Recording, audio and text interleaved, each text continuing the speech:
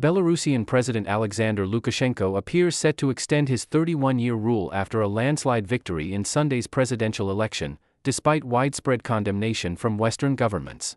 An exit poll aired on state television suggested Lukashenko secured nearly 88% of the vote, a result critics have denounced as far from democratic. Western leaders, including German Foreign Minister Annalena Baerbock, decried the election as neither free nor fair, citing media restrictions and the imprisonment or exile of opposition leaders. The people of Belarus had no choice, Baerbock stated.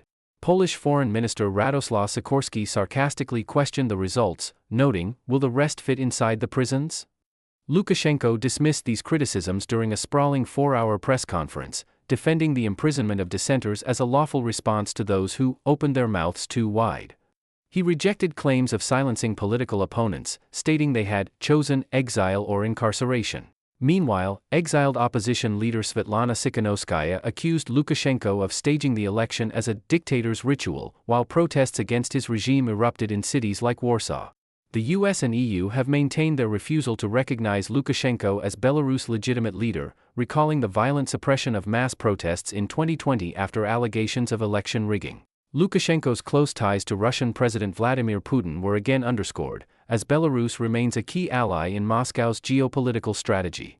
The Belarusian leader reaffirmed his unwavering support for Putin and the war in Ukraine, offering his nation as a staging ground for Russia's 2022 invasion.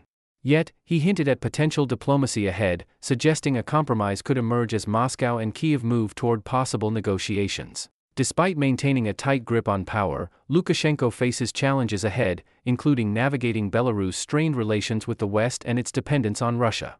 Analysts suggest he may seek to repair his international standing if peace talks in Ukraine lead to a thaw in regional tensions. For now, Lukashenko remains defiant, declaring, "We won't bow or crawl to the West."